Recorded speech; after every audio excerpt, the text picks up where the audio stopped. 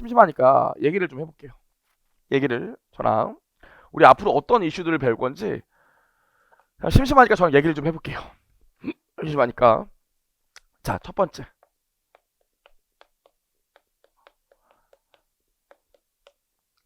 이 스타벅스한테 최고 유형 자산은 뭐라고 했죠? 회계 원리 때도 했었는데 이 스타벅스한테 최대 유형 자산은 뭡니까? 스타벅스 코리아에서 유형 자산으로 제일 많이 갖고 있는 게 뭐예요? 뭡니까? 커피 머신 아니라 뭐라고 그랬어요? 인테리어라고 그랬어요. 아니 모든 커피집들이 자기 브랜드에 따라서 안에 인테리어가 다 다르잖아요. 스타벅스 같은 경우에도 전국의 전 세계 매장에 동일한 인테리어를 쓰기 때문에 일단 임대해서 건물에 들어가면 인테리어를 한다고 돈이 많이 들어요. 이걸 뭘로 잡아? 인테리어를 정상적인 영업 활동에 사용할 목적으로 갖고 있기 때문에 인테리어를 유형자산으로 분류하고 스타벅스는 인테리어가 가장 큰 유형자산이라고요. 다만 여러분 저희도 마찬가지입니다. 이 건물을 얻을 때 여기 벽이 있었을까 없었을까? 여기 벽이 있었을까 없을까? 하나도 없어요. 에어컨 없었어. 텔레비 없어. 칠판 없어. 성광등? 이건 있었어요. 요건 없었다고. 그럼 이렇게 우리가 해놨잖아. 저희 나갈 때 저희 마음대로 인테리어 좀 했잖아요. 요거 인테리어 뽀개고 나가야 될까? 그냥 나가야 될까? 뽀개고 나가야 돼요. 그래서 모든 건물을 내가 임대로 들어와서 임차해서 안에 인테리어 했다면 끝날 때 요거 원상복구 시켜놓고 나가야 된다고요. 그럼 스타벅스의 재무제표를 보면 유형 자산도 있지만 요 유형 자산으로 지금 내가 인테리어를 취득했다면 추후에 요걸 다 뽀개놓고 나가야 되기 때문에 미래 의무가 있다고요.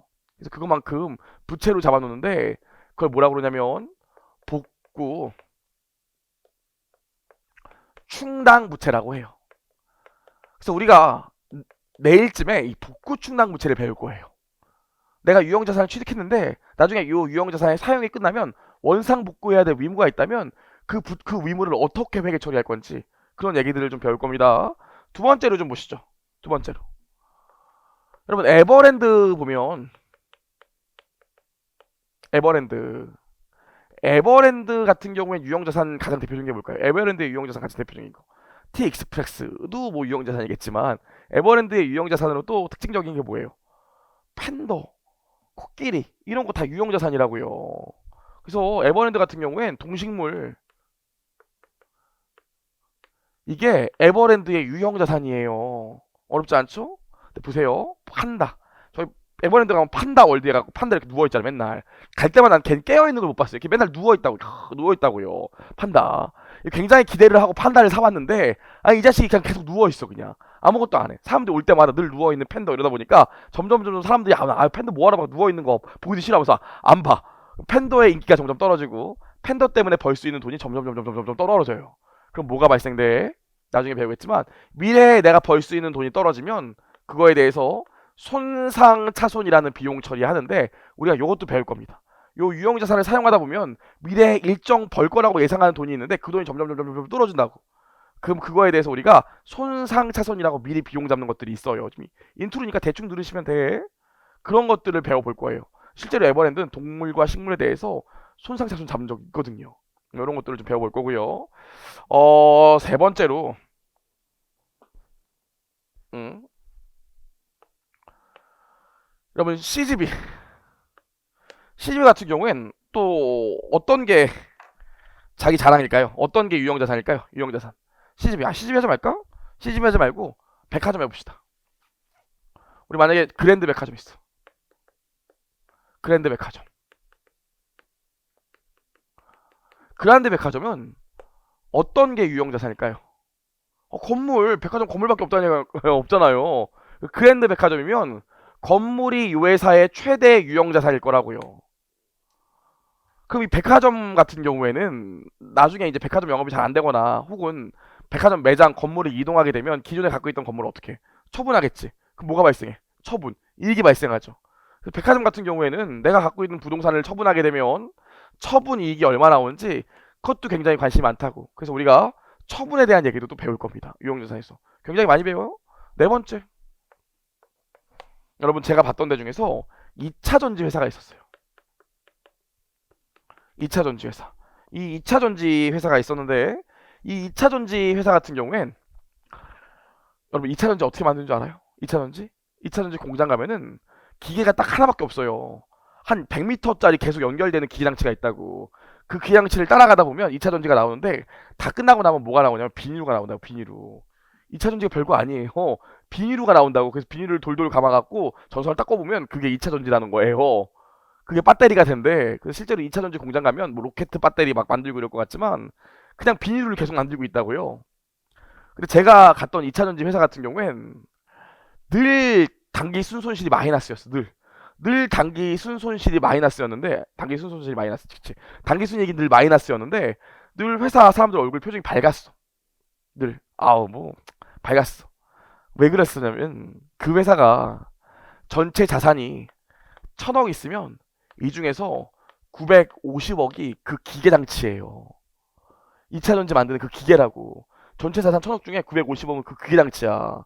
근데 요거를 한 번 사면은 20년은 쓸 수 있어. 근데 이 회사는 어떻게 했냐면 어차피 초반에 우리 힘들 때 요 기계 장치에 대한 비용을 다 떨자 그래갖고 요 기계 장치에 대한 내용 연수를 5년으로 잡았다고요. 5년. 그래서 5년 동안 950억을 5년 동안 다 감가상각비로 비용 처리했다고. 실제로 이 회사의 비용이 전체 100%라면 전체 비용 중에서 90%가 감가상각비였다니까. 근데 5년 지나고 나면 이제 어떻게 돼? 감가상각이 끝났어. 감가상각비 안 나와. 근데 이 기계장치는 앞으로 15년 동안 쓸 수 있다고요. 그래서 이 기계장치의 감가상각 기간이 끝나면 이 회사는 그때부터 드라마틱한 성장이 벌어져요. 그래서 되게 늘 사람들 회사 표정들이 밝았죠. 그래서 우리가 이 유형자산 하면 꼭 중요한 게 뭐냐면 감가상각도 알아야 된다고요. 그렇죠? 이런 얘기도 할 겁니다.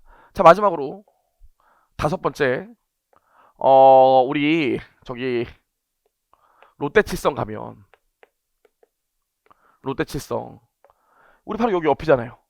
삼성 본사 있고 삼성 본사 옆에 가면은 그냥 아무것도 없고 롯데칠성이가 뭐 하나 써있는 조그만 건물 하나 있다고요. 땅이 굉장히 넓은데 건물 이만한 거 하나 있어.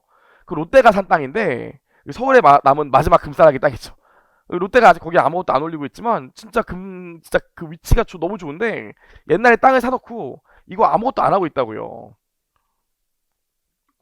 그럼 옛날에 한 70년대에 샀기 때문에 이 땅이 장부 금액으로는 20억밖에 안 해. 몇십억 안 한다고. 근데 이거 지금 팔면 얼마일까? 몇 조 나오겠죠. 워낙 위치가 좋고 땅이 넓기 때문에 몇 조 나올 거라고.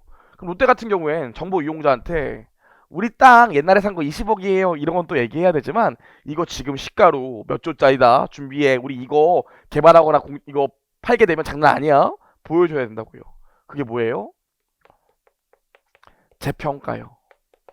그래서 유형자산은 우리가 지금 이런 이슈들이 기다리고 있기 때문에 굉장히 배울 게 많아요. 내용도 복잡하고 지금부터 하나씩 들어가 볼 겁니다. 하나씩. 자, 그럼 우리 치우고 좀 보시죠.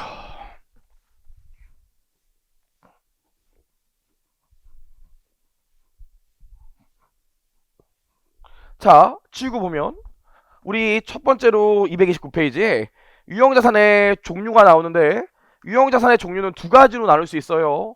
재무상태표에 기재되는 유형자산의 종류는 두 가지가 있습니다. 첫 번째 지금 현재 사용 중인 자산이 있고요. 지금 현재 건설 중인 자산이 있어요. 이 건설 중인 자산은 뭐죠?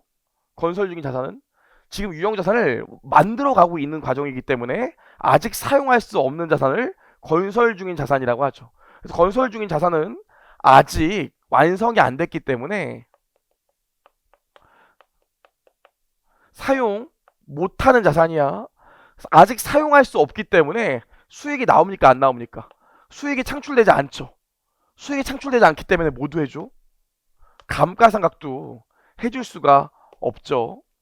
첫 번째로 유형자산을 배분할 때는 사용 중인 자산과 건설 중인 자산으로 나누는데 굳이 유형자산 안에 건설 중인 자산을 배분한 이유가 뭐냐면 이거는 아직 만들어지지 않았기 때문에 수익이 안 나와.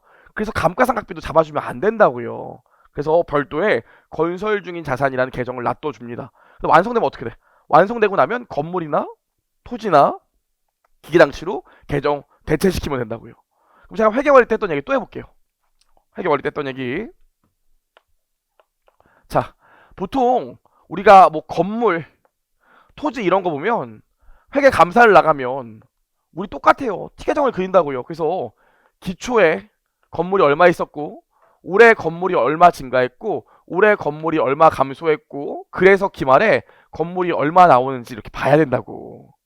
근데 기초에 건물이 100억이었고 올해 건물이 20억 증가했고 판 거 없었대. 기말 120억이래요. 이거 감사할 때 어떻게 해야 돼? 이거 감사할 때. 이거 감사할 때 어떻게 하냐면 기초는 볼 필요 없겠죠. 전기에 내가 봤으니까. 기말만 보면 되는데 일단 요거는 요게 있는 거에 대한 실제성을 확인해야 되니까 등기부등본을 떼보면 된다고요. 어렵지 않아. 근데 문제는 뭐예요? 예지, 증가. 올해 건물을 추가로 취득했다는 거 아니야. 그럼 뭐 봐야 돼? 계약서 보고 돈 나간 거 보고 공인중개사 사인한 거 보고 이런 거 보면 된다고요. 근데 제가 감사한데 그런 일이 있었습니다.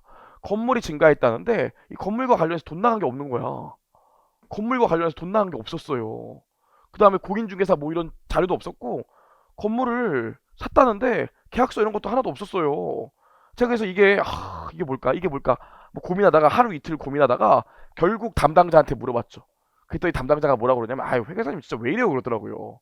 그래서 제가 속으로 아니 내가 뭘 이게 뭐냐고 그랬다고요. 그래서 제가 막 혼자 고민하고 있으니까 옆에서 물끄러미 보고 있던 인차지가 제 머리를 탁 때리는 거예요. 야! 너 씨 시험 어떻게 붙었냐 이러더라고요. 밑에 뭐가 있었냐면 밑에 건설 중 자산이 있었죠. 지금 짓고 있는 자산이라고. 그럼 건설 중 자산은 얘는 어떻게 있냐면 기초가 있고요. 증가가 있고요. 얘는 뭐가 있냐면 대체가 있다고 대체. 그리고 기말이 있어요. 대체가 뭡니까? 완공돼서 이제 다른 자산으로 바뀐다고. 봤더니 건설 중 자산에 대체 마이너스 20 떠 있더라고요. 이게 뭐야? 올해 건물이 완공돼서 올라간 거 아니겠어요? 이해하실 수 있겠지? 지금은 아무것도 아닌 것 같지만 요 논리가 나중에 중급회계 2에서 현금 흐름표에서 쓰이고 우리 유형자산 끝나고 나면 차입원가 자본화할 건데 차입원가 자본화해서 요 얘기를 할 거기 때문에 건설용 자산도 개념을 명확히 아셔야 돼요. 지금 만들고 있는 자산이기 때문에 아직 사용할 수 없어. 그래서 감가상각할 수 없고 대신 요 건설용 자산은 현금 지출할 때는 현금 건설 중인 자산 요렇게 회계 처리했다가 추후에 요 건물이 완공이 되면 어떻게 건설 중인 자산 없어지면서 해당 계정인 건물이나 토지나 기기장치로 바뀌어줘야 된다고요. 이해하실 수 있겠지? 여기까지 좀 알았으면 좋겠고요. 자, 유형자산 같은 경우에 사용 중 자산은 또 두 가지로 나눠요. 사용 중 자산은 또 두 가지로 나눕니다. 뭐랑 뭐로 나눌 수 있을까? 지금 현재 사용하고 있는 유형자산을 두 가지로 또 나눈대. 뭐랑 뭐랑 나눌 수 있을까? 그쵸? 상각을 해야 되는 자산과 상각을 하지 않는 자산, 즉 비상각 자산과 상각 자산으로 나눈다고요. 비상각 자산이란 게 뭐야? 비상각 자산이라는 게 상각을 왜 해요? 상각을 회계 원리 때 배우잖아요. 상각을 왜 해요? 내가 요 자산을 사용하면서 요 자산에서 발생하는 미래 경제적 효익을 계속 소비하기 때문에 상각을 해준다고요. 내가 요 자산에서 벌 수 있는 돈을 자꾸 내가 감소시킨다고 사용하면서. 이해할 수 있겠지?